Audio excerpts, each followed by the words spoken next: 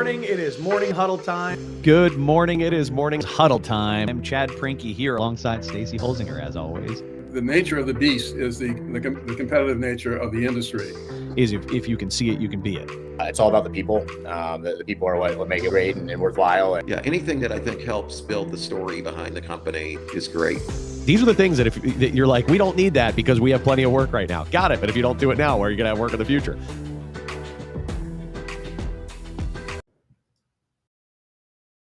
The Morning Huddle Construction Show is fortunate to have 5 sponsors for Season 7, helping us to spread the word and create positive change in the construction industry. And we want to give a shout out to each of them and thank them now. First is Katz Abosch. This is a middle market accounting firm with a deep specialization in construction, tax, audit, accounting. Fantastic group of people. Next is Lawrence Law. This is a boutique law firm that works with contractors and helps them with their day-to-day legal needs as well as all of their most significant legal challenges that they might run up against. Lawrence Law. Then we have Sandy Spring Bank, which is a regional bank in Maryland with a group of people who really understand what the needs of construction businesses are and who partner with you to achieve your financial aims. So Sandy Spring Bank. And then we have Marsh McLennan Agency, bonding and insurance professionals really just have unparalleled insight into the construction industry. They're the best in the business. And then lastly, we have Genesis AEC. And Genesis is a full service architecture, engineering, and construction management firm with a deep specialization in the life sciences industry. We also happen to have some of their folks help us with guest hosting from time to time. Thank you to all of our sponsors. Let's get back to the show. All right. We happen to have one of those fellas guest hosting today. Chad Prinky here alongside Tom Hughes from Genesis AEC. Tom, how you doing, buddy? Chad, what's happening, pal? Good to be back. It's morning huddle time. Yeah, man. I'm fired up. We're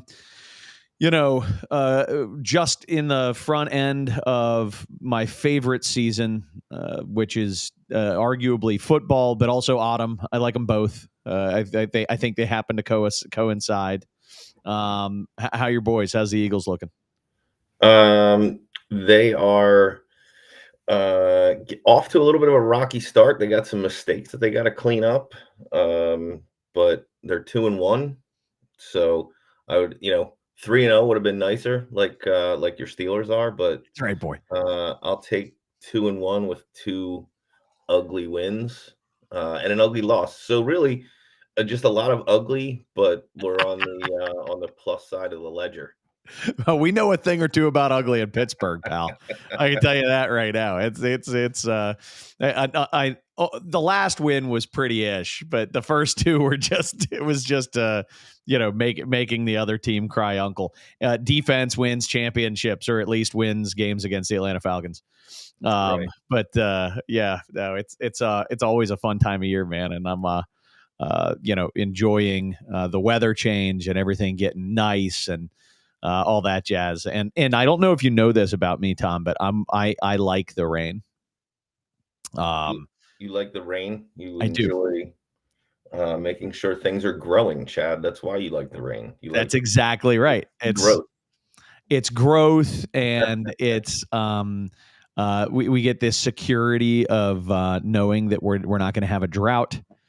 Little known fact, my family, when we were kids, we had a home that we lived in had the well run dry, and then we drilled a new well and it ran dry, and then we ended up having to live on a cistern and count on it raining. Otherwise we had to order water and have water delivered. Right. It was like a whole thing. Really? Yeah, man. And so when I was a kid, when it was raining, it basically meant sweet, we can take a bath.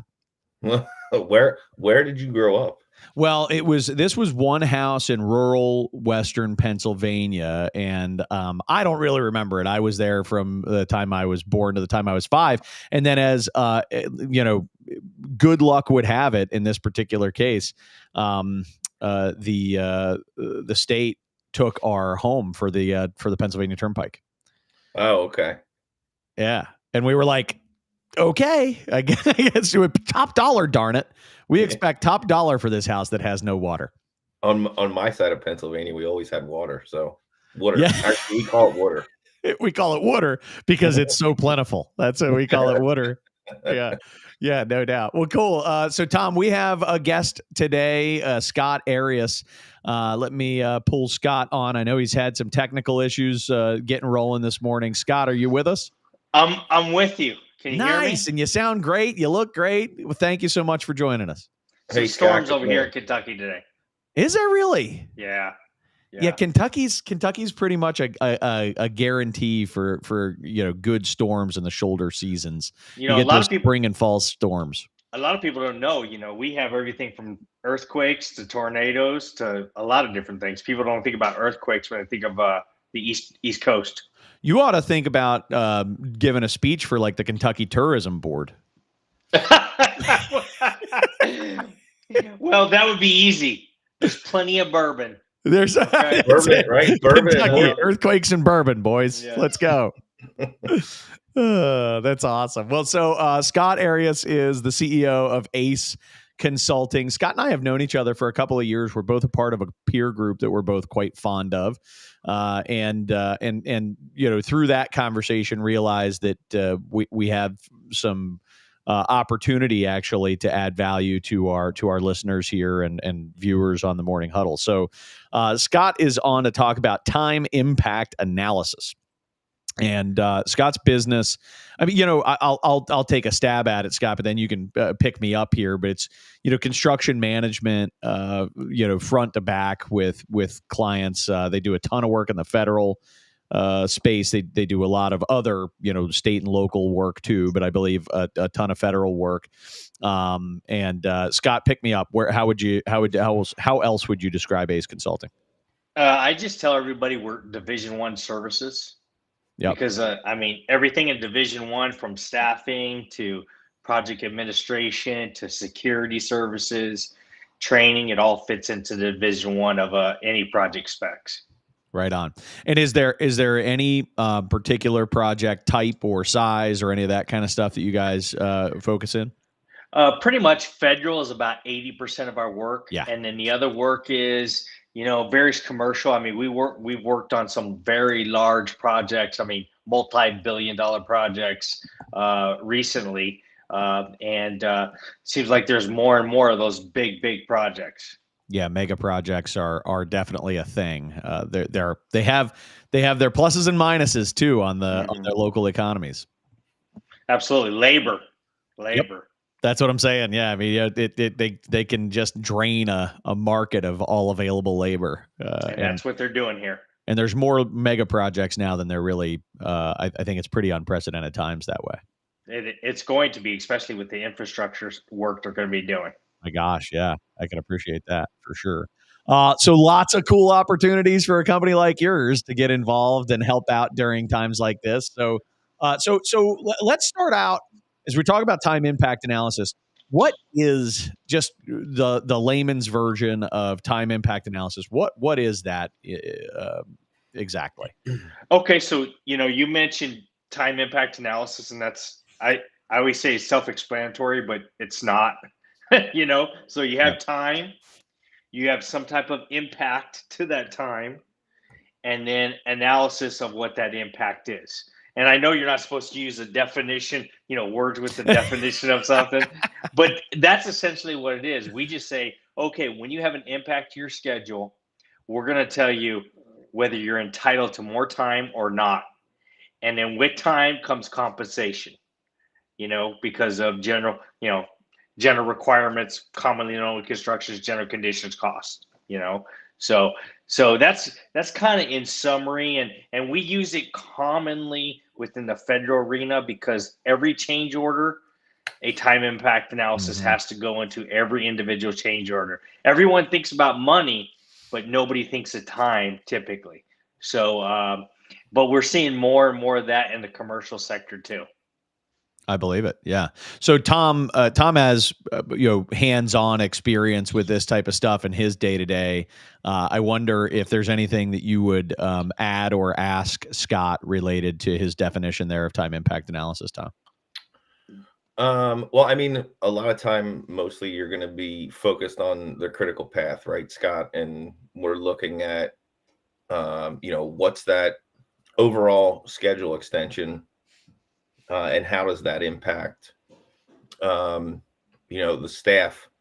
Do we need to have a full set of staff going on? If the schedule gets extended out 4 weeks or whatever, is it a full extension of the schedule? Are we going to look at, ways to mitigate the impacts, right? That's probably one of the biggest things that you're doing, is looking at mitigation of the impacts from whether it's a delay, or some other force majeure, right? Hey, absolutely. And, you mentioned the critical path, and some people don't get it, but not every impact has a corresponding change in time. Right. Everything's correlated to that critical path, which when I go do training, because I taught for 10 years as a professor, and when I go to training for like adult groups, like I was on some different podcast, AACE recently, it was interesting to talk about the fact that, what is the critical path? Because you would be surprised how many people don't know what that is. And a simple definition is the longest path of a project, right? But even a simpler definition is any activity that has zero total float and zero free float is critical path activity, meaning they have no spare time in it whatsoever. And that's important in the time impact world, because if it doesn't affect the critical path, it doesn't affect the entire project. So the other common misconception about the critical path is that it's always the same. It's always concrete. It's always, masonry. It's always electrical. Well, the truth is it changes every single time you update it, which we typically do updates on a monthly basis or when a change occurs. So, that is a hugely important thing for people to understand. I commonly hear, well, it was there last month, it's not here this month. Well, there's a reason why. So, and that's important to know, because you can know, as a contractor, being a smart contractor, you can know when to submit a change order for a contract extension. So, and I think of one particular project where I had a water tower, and it wasn't due to start till much later in the project, a 2-year project. And we had some design issues or whatever, but eventually that became on a critical path, and we got an extension from that. But if I would have put a change order in for the design work or anything else to do with that water tower much, much sooner, I may have not been entitled to that contract extension. Right. Once you recognized that there was something that was directly impacting the critical path of the project and impacting you, then it became clear that was that you were actually entitled to that extension. Absolutely. And, once again, time is money, and Tom will tell you, when you have staff out there, that is expensive. We can't subcontract, and we don't subcontract the management. We don't subcontract, we vendor contract, but we get the purchase order like a Porta Johns. What about all the infrastructure, the job site trade, or all that stuff? Typical project I see probably right around 25 million-ish range has a general requirements cost of anywhere between $50,000 to $100,000 a month. At 1% profitability, it doesn't take too many months for you to lose your butt on it. No doubt. So, Yeah. as Bart Simpson would say. So, all right, cool. I was trying to relate to something that you would be interested in, Chad. Yeah. You nailed it. That's where I am. So, all right. There's, in addition, we got into this conversation about, now we have a good feel for what a time impact analysis is. And I guess it is the primary or only use really just dealing with changes and presenting that data to the owner, or how else am I using my time impact analysis? So that what's the value in doing this? Well, there's two other items I can think of right off the top of my head. One of them is it sounds really complicated, but it's not. It's called the retrospective claim analysis, and we do this very, very commonly for claims after projects are complete. I'm not sure you guys are aware, but litigation is rampant in construction. Yes. And that's why there's so many construction lawyers out there. But we have to be able to figure out, okay, when there's a lawsuit, how much time was actually lost or gained over an entire duration of a project. And that's it can be very complex, but it's be very simple. It's really as simple as this. When you do research, you learn that when you have things that you can't control, you have to write an assumption that you can't control that. So you have to focus on what you can control. So I take a baseline schedule and say, okay, if everything else went all right, how would this project have finished given this one subcontractor's performance? Now, that's not 100% fair because there are other things that affect that subcontractor. But when you do a retrospective analysis, you have limited information to work with. The other thing you could do is if you have a substantial amount of information is you can go all the way back to the data reports and go through and align what actually occurred, an as-built schedule. There's such a thing, an as-built schedule to say how it actually occurred. And believe it or not, many times that's a requirement, a submittal requirement in the contract documents. So, and the other thing I was going to mention on a time impact analysis, you can also do it from a modeling perspective. You can model different things before you make a decision. So that's hugely important to say an owner saying, hey, I want to change the design. How does that affect me? And I remember one particular project, we had doors, and the doors it was a law office. So the doors were real tall. They're like 10 foot tall, supposed to be like the courtroom doors, big doors. Well, we couldn't get those 10-foot doors. They're really 10 or 12, but we couldn't get those doors for like 16 weeks. And so simply by changing the door and modeling how an 8-foot door or a 9-foot door would look, would impact the project schedule, we could actually make those decisions with the owner. So modeling is a huge part of it. And we do a lot of that also. Nice. I like it.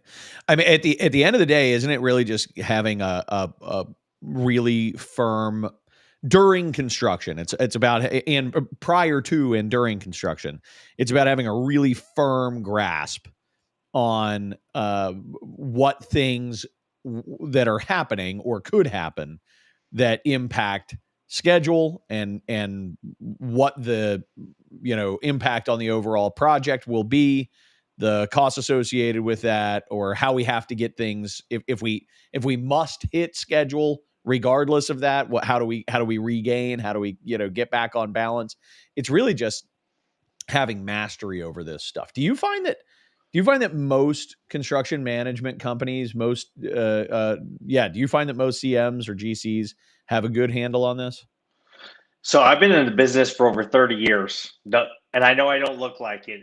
I'm beautiful, but you don't look way over 40. I've been in the business for 30 years, and in the 30 years I've been in the business, I've seen very little use by any contractor, primarily because of technology. Because I don't know if you guys remember back in the early 90s, Microsoft Project wasn't really there, So from that to current day, where most general contractors actively use it. In fact, if I had to, it's a matter of now what software systems they're using. Even a simple, and I say simple, but even say if you're building a home, I've seen many home builders just use a standard Excel spreadsheet, which is fine. You know, Sure. if it's a small project, no big deal. But that's not a dynamic software, meaning that when changes occur, you have to replan the entire project. I mean, the entire schedule is inaccurate the day after you put one together in a Microsoft project, in a Microsoft Excel kind of bar chart. You know. Yep. But yeah, I see more complex projects going to an Oracle Primavera model. Yeah. And I see most Microsoft projects, and Microsoft has done a great job. I mean, Microsoft has done a really good job at making their software systems better.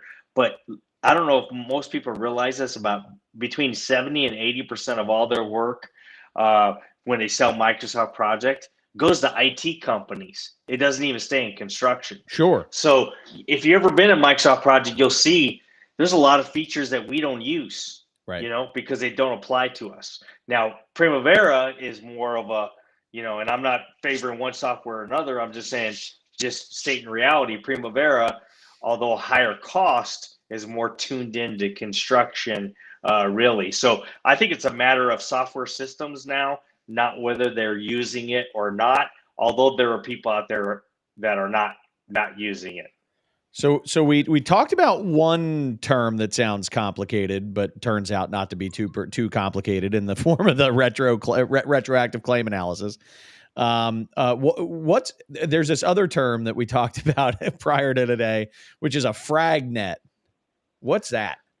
I know it sounds like a disease, you know, or it sounds like, or something that's going to catch like potential explosives and keep them from getting to me. But a fragnet is simply a fragmented network, and that's all it stands for. And so you take a network, a schedule, and then you take a fragment of that schedule. So the easiest way to explain it is, if I'm pouring concrete and I have a delay in the reinforcing steel getting there, I can go ahead and lay out a fragmented network that expands one activity into several activities to show an impact that is going to occur. So, you know, one of the activities for reinforcing steel, if I didn't plan for it, would be procurement. So I would put a fragment. I would start with, I'd create a milestone saying, hey, we have a delay in, the reinforcing steel. And then we have how much that procurement is. So we're just taking one individual activity and fragmenting it into several different activities to make it easier and more clear for someone to understand.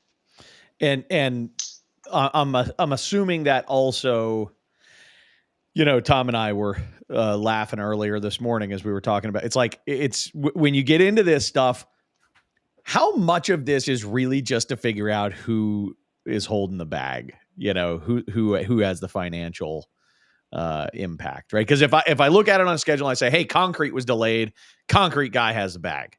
But if the concrete guy runs a fragnet, concrete guy says, actually, reinforcing steel, is the problem. And, how much of it is really all of this is tied to who owns the responsibility? Well, if you ask me percentage wise, I'd say 90% of it. Yeah, that's what I figured. And the 10% is only those quote unquote smart contractors who have figured out we can use this to make decisions. Right. Because that's what it's really about. I have a tool, I want to use it to make a decision. And you either do that or you do it on the back end and you hire me to work to do an analysis for you. So it's where you pay. And let me tell you, when you pay on the back side, you pay a lot more than you pay on the front side. It's kind of like, what I talk about education all the time. And, most people, because I was a professor, think I'm just this huge advocate of education. And although I think education is good, experience is by far more important, right? But I also think wisdom is the combination of experience and education too. So, and I don't mean maturity. I got to work on that one. And I don't mean education as being going to a college per se. You could attend a class. But there's a difference between knowledge and application of that knowledge in real world scenarios. And without one or the other, it's hard to have the wisdom, right? I think it's a nice way of putting it. And because everybody wants to carve out education or carve out experience, depending on what side you are. But that really is important in what we're talking about here, because you can't just jump into the scheduling world without having a basic understanding of how it goes. Right. Trust me, I tried to do it. It took me 10 years to realize I was doing it wrong. And that's education. Yes. So it's, it is a piece. And then once you understand some of the basics through experiences, you will, gain the knowledge that you ultimately will use to parlay off to other people, So I think that's a really, really big thing. Especially, I see a lot of field staff coming from universities now, which I don't know if you see that, Tom, or not, but that's changing the dynamic a little bit there, related to maybe the book understanding of what critical path is, or what scheduling is, or whatever. So yeah, I mean, I think you kind of always get that when you get young people coming out of school. Basically the old adage of, well, I don't know what you're doing, but my book says you're doing it wrong, right? Yeah. somebody brand new shows up. So yeah, I mean, we've kind of always had that and seen that, but I like what you said there about the mix of experience. Wisdom is really the mix of experience and education. And it's, once again, it doesn't have to be formal education. There are plenty of professional development classes out there, plenty of certifications out there. And related to what we're talking about here, time impact analysis is not an easy thing. So if you don't understand how to calculate calculate float, you don't understand what free float, the difference between free float and total float is. Yep. You're going to be in trouble when you have to sit down and try to negotiate a change order or deal with a claim, so you got to have that basic understanding. On the other side of it, you also need to be able to, Tom is going to understand much better. Is there truly going to be a delay here? Or are we wasting our time? Yep. Because, sometimes we go through the entire process and people will spend money and they get nothing from it. And I feel really terrible about that, because I want to be a value add, but the experience to be able to say, hey, Tom was out on the job and he knows what happened. Do we think we're really entitled to anything here? Because if concrete was a subcontractor's responsibility or delay, how does that affect the mason, and yada, yada, yada, because the story is what matters. And then related to that, or related to scheduling, I do want to mention is that this whole concept of time impact analysis 100% gets down to keeping proper project documentation. Yeah, no doubt. And I can't say that. I don't even know how to convey that more than I already have. I mean, documentation is huge in construction, and especially in site leadership roles. Yep. What do you think, Tom?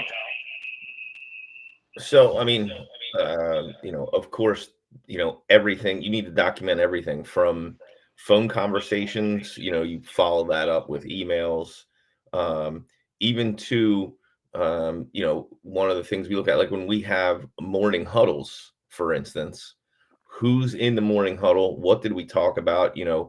Taking meetings at morning huddles, so that when, who's supposed, that's when you're discussing who's supposed to be where for the day. And it's an informal meeting, but it could be something that comes up in litigation. What was discussed that day? Who was supposed to be where? these are all things that, of course, that should be getting documented. Yeah, sorry about that, Scott. I had muted you there because of the feedback. Hopefully, that's better under control. I think I got it fixed now. Okay, Can you good. hear me okay? Yep, go for it. Yeah, how are you going to respond to Tom? Sorry. And I was just going to add to that. I see common litigation off of equipment sitting. And most people don't document, hey, a dozer was sitting over there. But a dozer costs money if it's just sitting. It costs much money as this sitting as it's going to cost, if it's moving. Maybe a little more for fuel. But there is a lot of litigation related to that documentation. And that documentation is key if you're ever going to deal with the time impact analysis, at least on the back end. I like the idea of the modeling thing, because if I'm an owner, I want to know the impact of the decisions I'm making. And we serve as owners reps for the government. We do a lot of National Park Service. They're doing a lot of work around the United States, which is great for everybody, because if you ever been out to a national park, man, they're doing a lot of great work out there. They are. But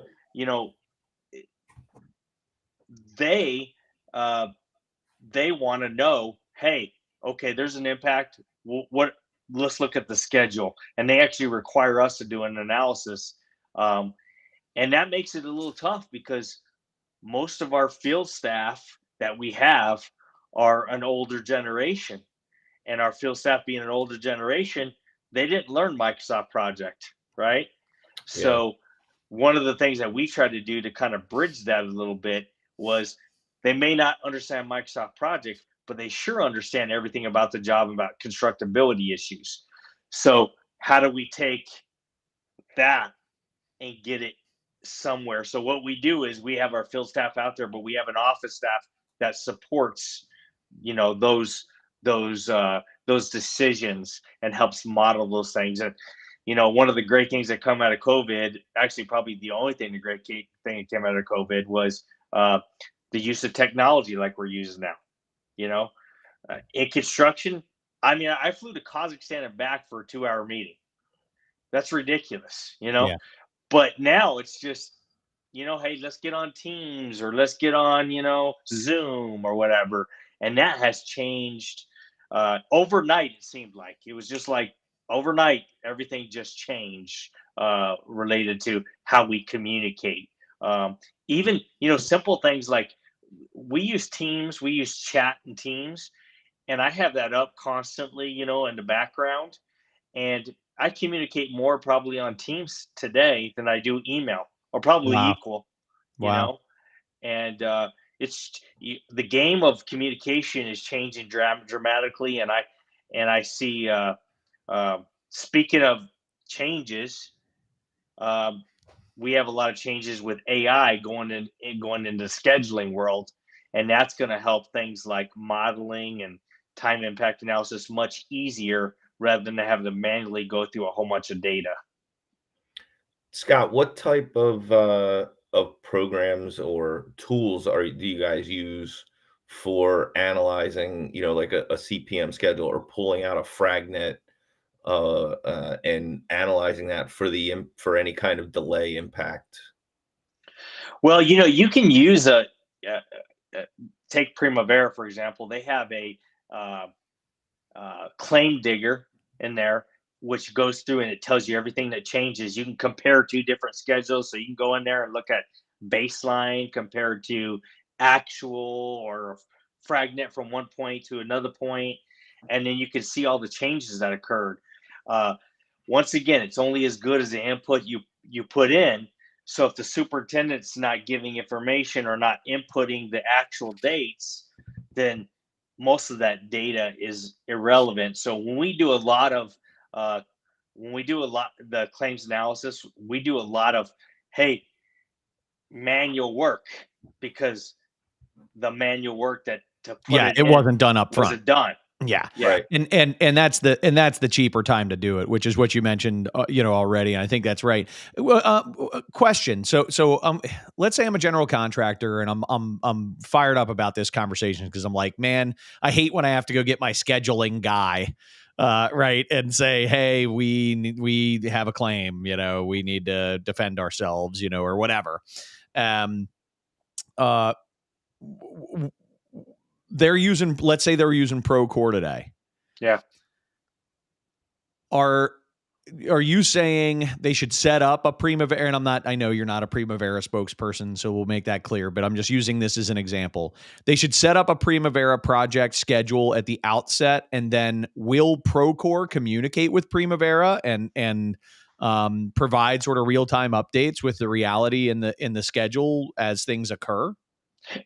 And you can to do that, but Primavera's actually made it, and Project for that matter, most software systems related. There's another one called Phoenix out there too. They've made this whole concept of on the cloud being a big thing. So, most companies are pushing that direction rather than, there's integration to construction management softwares like Procore, right? But and I'll even take it a step further, 4D, so how schedule coordinates with design too. Yep. I got a chance to view and look at and analyze a $1 billion hospital we built here in Kentucky, and it was this whole concept of 3D is an amazing thing. They were bending conduit at a shop and then bringing it to the building, and it all fit in place. It was just incredible how they had everything because it's working the way we always said it could. It could, it could. And I was watching a history thing about they're building a racetrack in Dubai, and when they used the scheduling software, they realized their crane placement was incorrect, because if they wouldn't have the reach in order to get everything. So if they moved it to another area, they could not have to set up and redo it completely. So there's a lot of cost savings and a lot of value added here. This is hopefully we use it in a way where it's helpful rather than using it as a claims tool, which unfortunately most time it is. And I'm sorry to belabor the point. I'm going to go back to the previous question for a moment just to make sure that I get it. Is that you when I asked about an integration between Primavera and Procore, you said, yeah, those exist, but Primavera is now doing this stuff on the cloud. So is Project, so is Phoenix. They're doing. I get that they're doing it on the cloud, but what I'm trying to reconcile is, as you said earlier, this as-built schedule. And I can have it planned out in Primavera to the nines and have it, this project beautifully scheduled down into all these little subcategories and all that kind of jazz.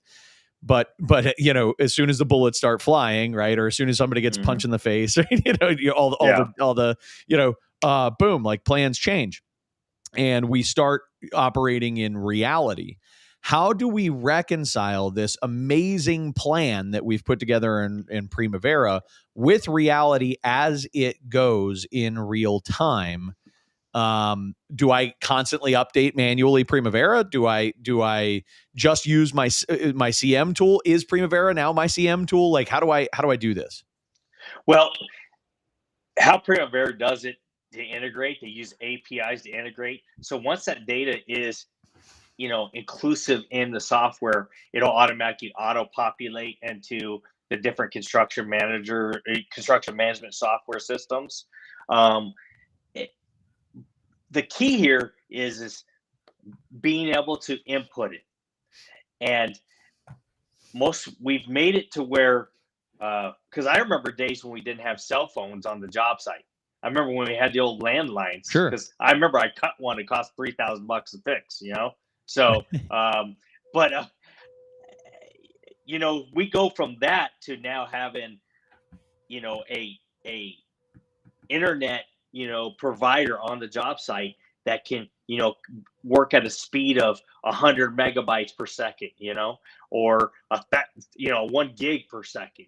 So you take that now, and Primavera has seen that. The problem is that it's not the software, it's not the platform, it's the ability to use it.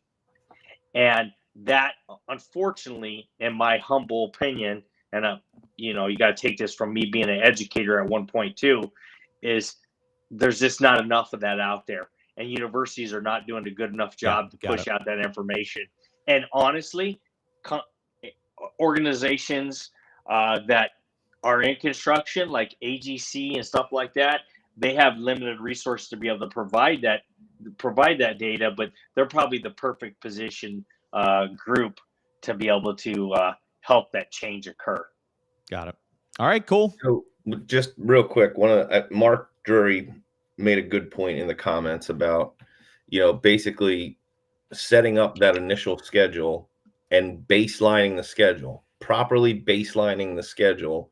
A lot of people do not do that, or they do it and they don't do it properly, or they don't save the baseline, so that as the schedule moves along and the bullets start flying and things happen and schedules change, you compare what your baseline schedule was at the beginning of the project to, where you're at now 3 months down the road, when there's been delays in steel delivery, or, submittals that had to go. There was a lot of back and forth on submittals, which caused material delays like doors and hardware or HVAC equipment to push out, which then potentially changes the critical path. Having that document trail is very important. And what's crazy about that entire thing is, even when we, request or push people to provide this information, it's so difficult. And I don't know why it's not difficult. I think it's just a matter of how we go about gathering that data to be able to properly, say this is what occurred. And you brought up about baseline. The funny thing is that when you set a baseline in the project scheduling software, it doesn't do much. And in fact, it's funny because it just blinks at you. And then you wonder, what the heck did it just do? And you have no idea, because, it doesn't really do anything. But at least you don't see it do anything, when in reality, it establishes where everything starts as planned. Go ahead, Tom. Yeah, I was gonna say, you've got to understand visually what that baseline looks like, when you're working in the software, right? Like you said, it doesn't do anything. It just kind of, shows like this. When you're comparing the schedules, it'll show kind of like the grayed out version of the baseline and what the current schedule looks like, right? That's what you're kind of referring to. Yes, and they got this new thing too, because you can turn a whole bunch of different bars on. There's a whole bunch of neat features out there, but one of them is you can turn on a bar to say, hey, or an arrow indicator saying this is where it should have started according to baseline. Yep. But this is where it actually started, and it's really easy visually to be able to look at it. I mean, once again, these software companies have done an excellent job at creating a system that was really created in the 1950s. I mean, most people don't know that, that in the 1950s, the Navy created the best organization in the world. Not that I'm biased or anything, but the best, organization in the world.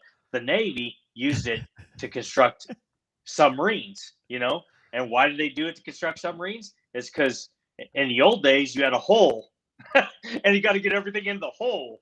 And if you don't get it in the hole and you close it up, you got a problem. So that's where the critical path method came from. It's actually more important now because the way they do subs, they do it in slices. Huh. So it's so much more important for them to understand the sequence of everything to be done. So that's kind of interesting fact. That's awesome. Tom, any final questions before we let Scott go? Put me on the spot here. Let me look at the looking at the chat. Yeah, I think we've got them covered. The stuff that was coming up, we were weaving in throughout. I think I don't imagine anybody sitting there, feeling like they didn't get a key question answered. But again, we've had some really good people chiming in. Thanks to Mark Drury and Matt DeGorsey and so on. Good stuff. And then just the one final thought from me is, when you are setting up that initial baseline schedule, is making sure you've got, all of the right people in the room, as they like to say. You're building a last planner schedule with the people that are doing the work. It's not just a schedule that's created in a vacuum without all the right outside input. Absolutely. The funny thing I've learned is most people want to mark up a schedule, but they don't want to put one together. Yeah, right. So freaking true. So everybody loves a red pen, but nobody wants to do the hard work that's involved. It's so true. And I should I actually just call out for maybe Scott, this would be of interest to you too. Comment from Matt DeGorsey just came in that said CPM schedules, P6, MSP, Phoenix, Outbuild, those 4 brands can now be uploaded into, I think I can pop this on the screen. Yeah, cool. Can now be uploaded into PM software, Procore, Build, albeit some have more integrated features. We're going to be demonstrating this at the next Mid-Atlantic Procore community meeting on October 16th for anyone interested. And so on LinkedIn, if you go to the show notes, you'll see that chat along the side here. Interesting.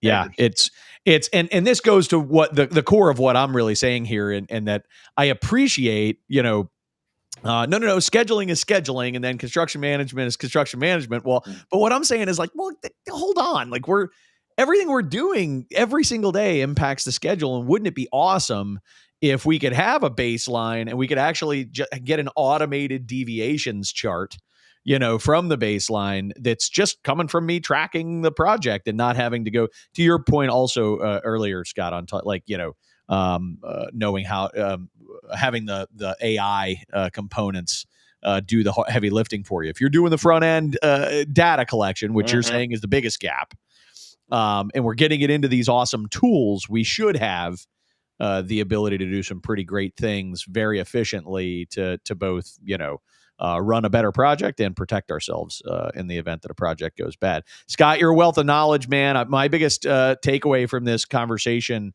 in addition to just a bunch of cool education, is fundamentally we need to make sure that contractors have a culture and a habit of building and tracking schedules, and the biggest message is do the heavy lifting up front, and there's not a lot to do at the end.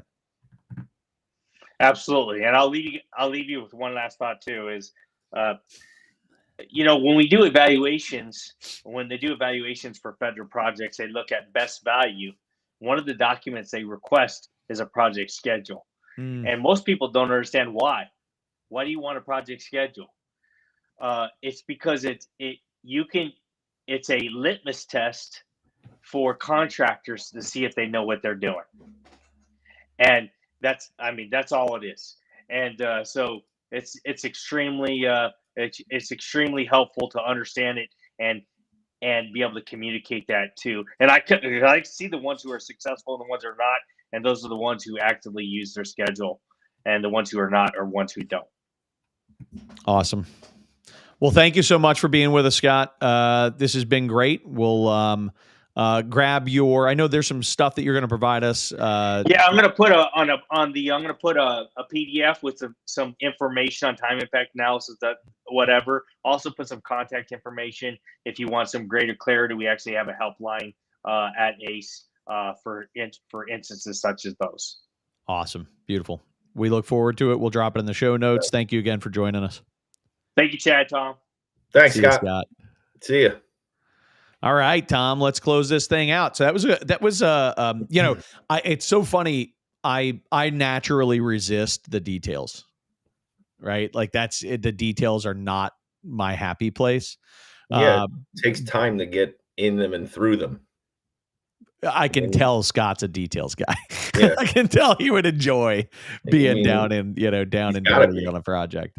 Yeah. For sure. That's cool. So hey, so next week, I don't think we're hanging out again, though. It was fun to have you here. I think it'll be Stacy and I next week. We're gonna be talking to Will Hudson from Bespoke Metrics.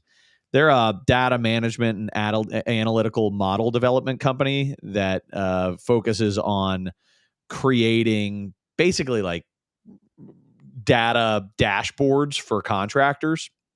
Okay. It'll be interesting discussion, like basically kind of in a way building on the theme that we were talking about just now, with Scott, though for different purposes.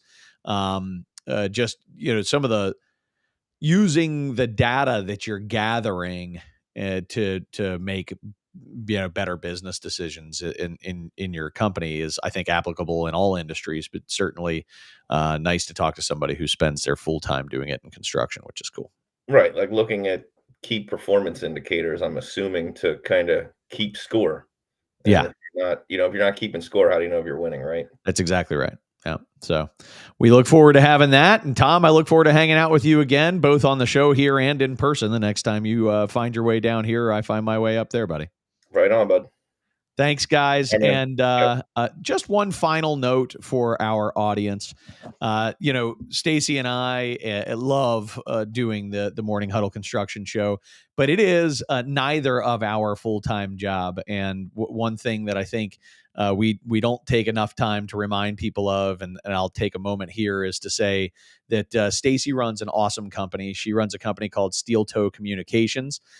You can reach that at steeltoecom2ms.com, steeltoecom.com. Stacy builds websites and, creates social media strategy and runs social media for exclusively for contractors. And she is top notch. I would strongly recommend Stacy and her group. And I run a consulting company called Well Built Construction Consulting. We're a group of 10 people and growing of really, really dedicated construction industry minds. People, I think I've done a decent job of hiring people who are smarter than I am on different topics. And while I may focus on, business strategy and leadership, we have people that focus on estimating and project management and, field oversight and leadership and financials and HR and all that kind of jazz, which is pretty cool. So please check us out, wellbuiltconsulting.com. Thanks very much, as always, for being a loyal fan of the show. If you or anybody that is creating positive change in the construction industry and should be a part of this show,